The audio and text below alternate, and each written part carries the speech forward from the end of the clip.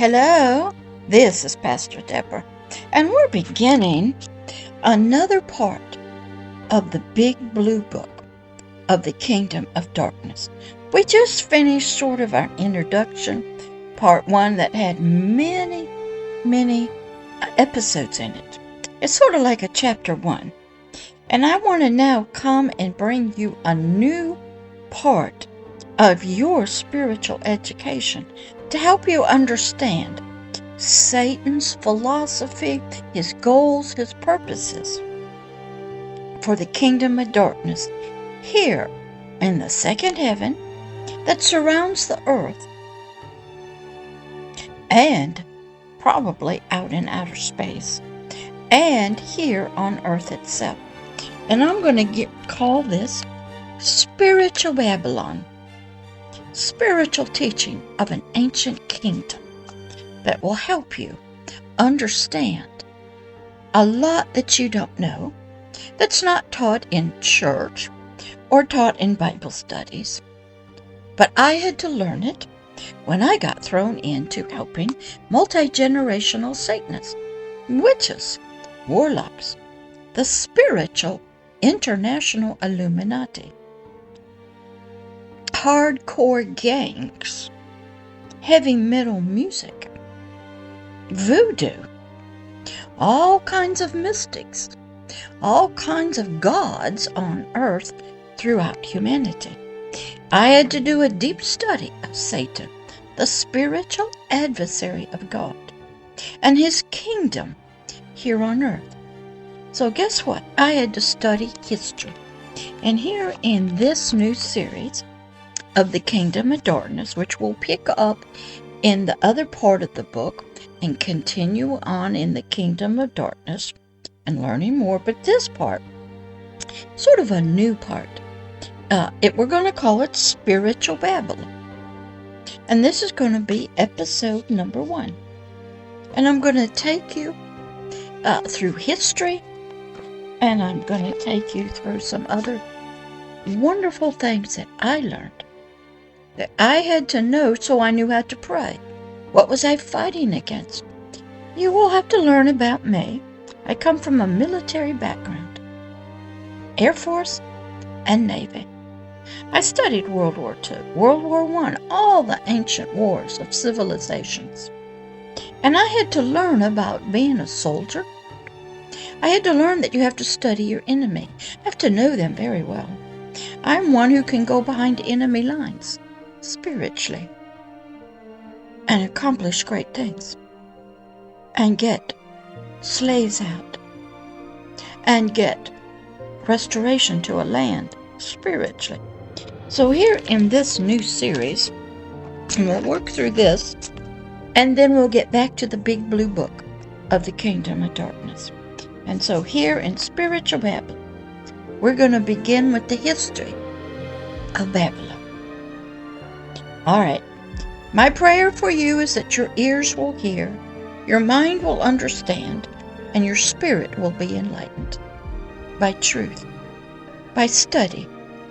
So you listen and you learn. All right? The history of Babylon. It was an empire. It was a city. An Old Testament city out of the Bible, and an empire. And it produced many things. 1, it produced religious concepts. 2, customs. Culture. 4, tradition. It was an ancient pattern of a long forgotten kingdom pattern that humanity only had bits and pieces of. Sort of like Neo in the Matrix, being fed bits and pieces of a shadow that you didn't really know if it was true or not. But the soul of us, humanity, was trying to bring a spiritual pattern out through our soul, and we didn't have all the truth. So we ended up with Spiritual Babylon. Babylon created other empires and cities. and was even spiritually exist today. That's right. In nations, in governments, in customs, religions, culture, traditions, as the governmental system of a nation, maybe a little city, maybe just a business, maybe a hospital corporation, maybe a local politics group, maybe even in a community volunteer organization. The pattern is there if you look. And where did all this begin? I'm going to take you back in the Authorized King James Bible, back to Genesis 11:2. After the earth's great flood, now everybody in history, all civilizations has a story about a great flood that killed everybody except 8 people who survived on an ark, a boat. This story is through all generations, all history, all religions, all culture and traditions. The man who was the head of that family, Noah, and his wife were instructed by a God they never saw to build the ark because he was going to destroy all things, because both the land, the animals, and humanity had all become too evil and wicked, and he was going to destroy them. Noah had 3 sons, Shem, Ham, and Japheth, and each one had a wife. They and animals, 2 by 2, a male and a female, came into the ark. So when the flood was over, God could start over again and reproduce, rebirth, sort of, repopulate the earth. A lot of stories about this time in humanity's history. And it came to pass. This is what it says in Genesis 11:2, after the flood, and after they came out of the ark when the flood was over. And it came to pass, as they, the children of Noah, and their descendants, probably millions and millions of them, we don't know, as they journeyed or they traveled from the east, that they found a plain, probably a flat place, off of the mountain where they had settled, that they called the land of Shinar. They must have had to name it themselves. And they dwelt there, they stayed, and they stopped there. And they began to build them a city. Babylon was begun. The land and the people became known as Babylonia, or later to be called Mesopotamia, located on the Euphrates River. Do you know I had to go back in order to understand the Bible, other cultures, traditions, history, what in the world is going on here on the planet? I had to study ancient history. I had to study words. So you must become a student. You must love history. You must look not only at your family, your culture, your traditions, your religion, but others, and see where we all came from. Everybody's got the flood story. Every religion, culture, everybody. Okay? So we begin there. So now the flood's over. Noah's kids. There's some things I got to teach about the Noah's kids, that before they spread out, about a curse that came from Grandpa Noah to his grandkids. To one of them, Cain. But right now we're just studying spiritual Babylon. The word Babel, where the word Babylonia came from, and Babylon, means number 1, confusion. Number 2, Baal, B-A-L-A-L, means to overflow with oil, to mix, to anoint, to mingle itself. Babylonian, was a city devoted to materialism and sensual pleasure, marked by luxury, extravagance, or the pursuit of sensual pleasure, the delights of the city. I see this a lot now here on earth. You could have a land trying to be the first on everything. Beautiful buildings, destination place, holiday place, where you can have pleasures and wonderful holidays, great place for business. And through their culture and tradition of their family, maybe their religion, they can go after sexual pleasures. But some of it's hidden. Some of it, they have to have lots of marriages. Keep it quiet under the covers, so to speak. And yet they produce great things. Beautiful cities. Is that a spiritual Babylon? Yes. And it's in every nation. It's in every city. The city, Babylon, spiritually, in the Bible, but also this is a natural example, was ruled by a great hunter of men. What does that mean? I want you to come here to my city. I want you to be my slave.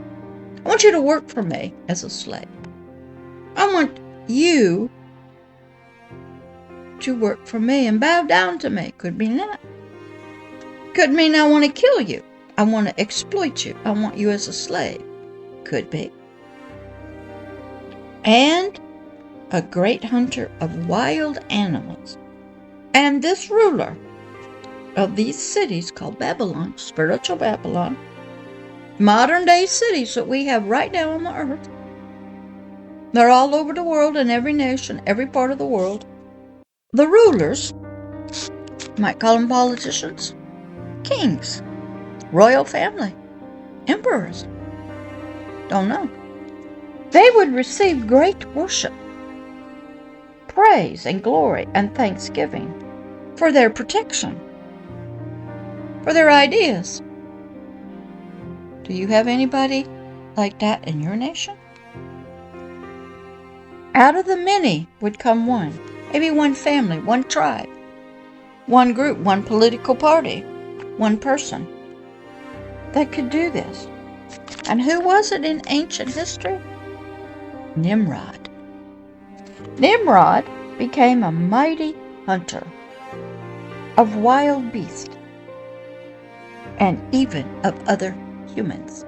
Did you know humans have been used like animals in a hunt? Just saw that in the Chinese. The richest kids and the lords and the rulers, they would take slaves and they would turn them loose and you would shoot them like a wild animal. How about the Romans in the Roman Colosseum capturing slaves and use them in the Colosseum for fun? It's all the same. What about if you use slaves to build your city? Can you abuse them any way you want to? Can you take their passports and keep them from leaving? What about children? Men, and even women, have become mighty hunters of children for trafficking, sex, sacrifice, and of women to sexually use them any way they want to. Sometimes you do it through legitimate marriage. Sometimes you do it just for sexual pleasures. Nothing's changed. Humanity is a mighty hunter. Where did Nimrod come from? He came out from Noah. One of Noah's descendants' name was Cush. C-U-S-H. He begot Nimrod. And that's in Genesis 10, 8 and 9. It is believed that Cush created a new way of protecting a new means of protection. Instead of always fighting the wild animals to protect the people, so he designed and created a new way. He organized people into cities and surrounded them with walls of protection. Then organized them, the people, and the new cities into a kingdom, a territory, where a king rules, or an emperor.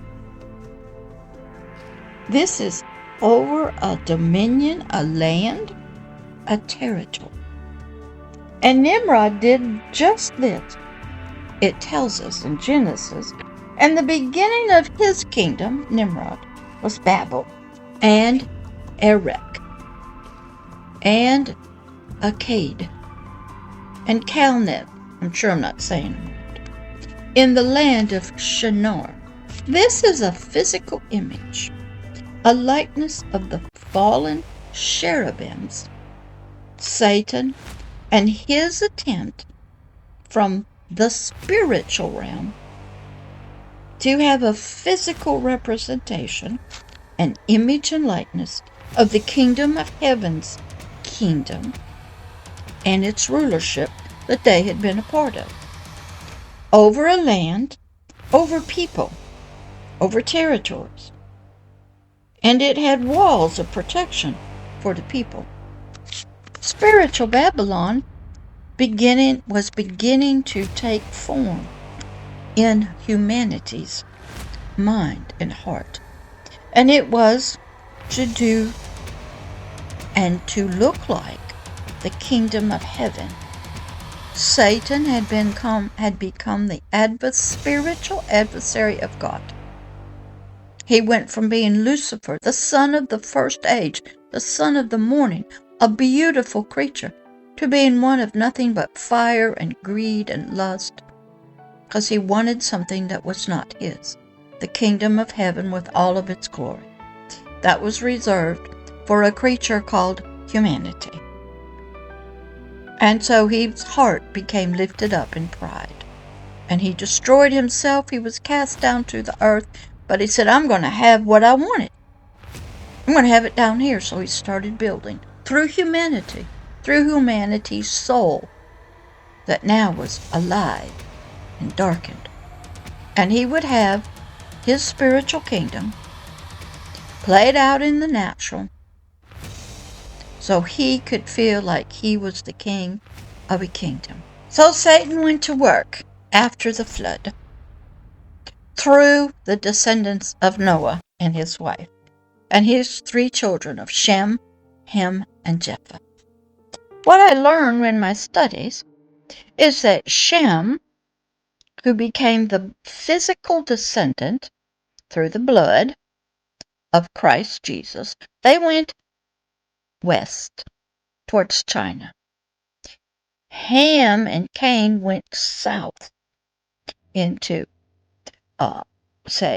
Arabia, Egypt, Iran now, and Japheth went towards Europe, towards Russia. That's what I learned.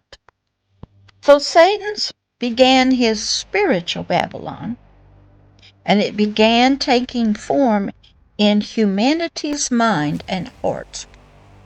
And it was to be an example of the spiritual kingdom of heaven, but with a twist.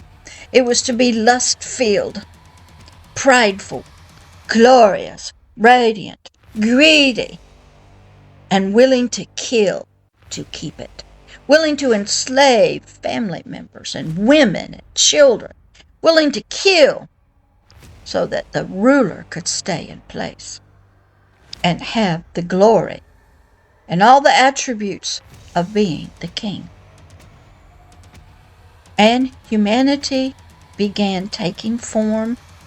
Governments, empires became into play. And humanity began forming a kingdom on earth, in the natural, in their own hearts, and with their spirit. But humanity was not to stop and just build a walled city for itself, Babylon, but they wanted to spread, because that's what kings do, out over the whole earth to represent it after the flood. That's what kingdoms do. They advance. They take new territory, new lands, new minerals.